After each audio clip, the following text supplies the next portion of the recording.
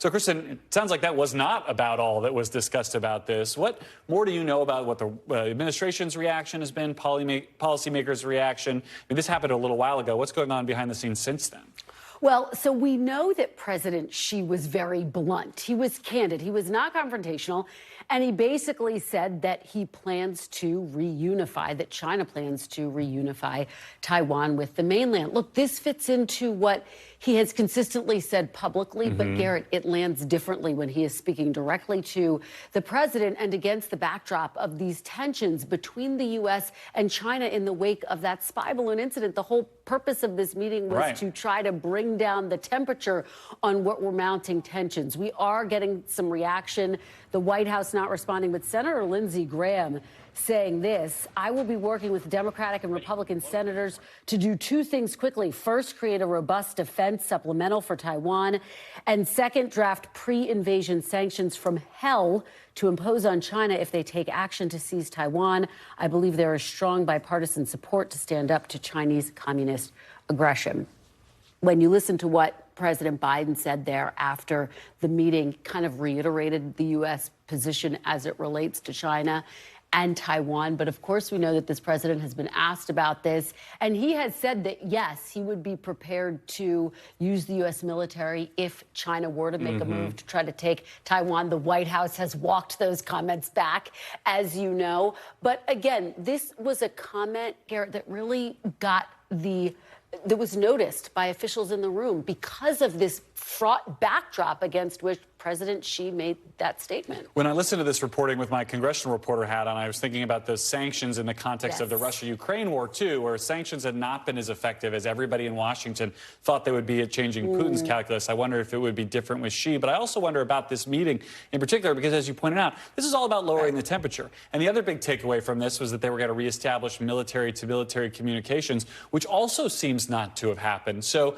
how is the administration, how should we evaluate the success of that meeting based on your reporting and what we already know? I think the big success of that meeting was that it happened at all because the two leaders hadn't met in a year. They did agree to reestablish military-to-military communications. As you rightfully point out, that has not happened yet. They also reached an agreement to try to tackle the issue of fentanyl. And remember, President Biden said trust but verify. So the United States very much in a posture of looking at China with skepticism as it relates to some of those commitments. But again, Garrett, what's significant is that these two leaders got into the same room and talked and tried to reach an agreement on some of these really thorny Always issues. rather have them talking than not talking. That's right. Kristen Welker, excellent reporting. Garrett. I want to turn to Bonny Lin for some analysis here. So what's your reaction to this ominous warning by President Xi, the fact that they are having this conversation face-to-face in the same room about reuniting Taiwan with mainland China?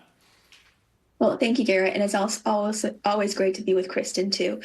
So in terms of Xi's warning, I don't think that's anything new. I don't view it as more ominous than before. We've known for some time that China has been investing in its capabilities to be able to take the island by force if needed. I do think it's important to think about the larger context in which Xi is providing that warning. The first I will point out is China is very worried about the upcoming Taiwan elections, as Kristen pointed out. And from their perspective, the current DPP presidential candidate and his running mate are viewed from China as more problematic than the current DPP president. So part of Xi's comments was signaling to the United States that we're very worried about the election and we have deep distrust of one of the political candidates.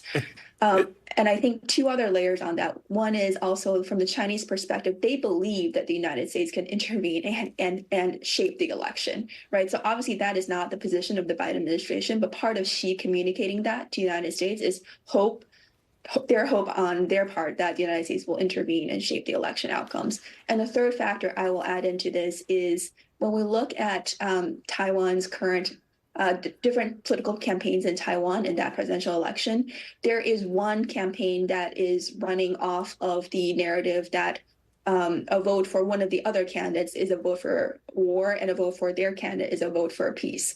So I think China amplifying the narrative of potential use of force against Taiwan is helping some of the candidates they would prefer more and taking down some of the candidates they prefer less. It's a good reminder that all politics are local, even when you're talking about China and Taiwan.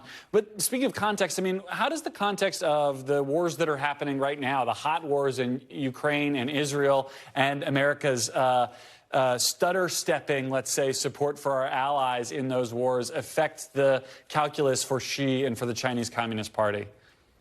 I think they are looking at U.S. support and U.S. involvement in those conflicts and trying to make their own assessments about what does that mean in terms of U.S. bandwidth, what does that mean in terms of how long the United States can support one of our allies and partners.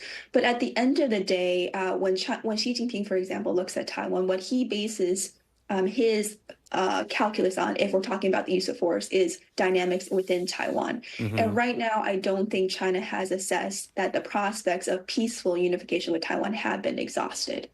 We reported yesterday on this intelligence community assessment that China tried to intervene and play around in some specific races in the 2022 midterm elections here in the U.S.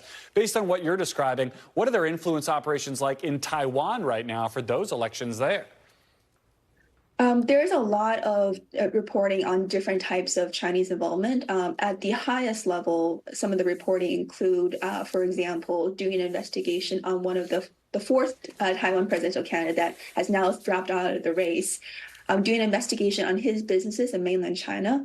And because of that and the potential fines that he would have received, we've seen the end result is he dropped out of the race. China would have preferred him to not be in the race because he would have taken away from some of the tickets, some of the voters that would have supported a ticket that Beijing would prefer more versus some of the other candidates. And then we're, of course, also seeing extensive cognitive warfare, social media campaigns, and we're seeing even reporting of people from China calling Taiwan voters, urging them to think in particular ways about the election. Investigating the foreign business dealings of a presidential candidate. There is nothing new under the sun. Kristen Welker and Bonny Lin, thank you both. Thanks for watching. Stay updated about breaking news and top stories on the NBC News app or follow us on social media.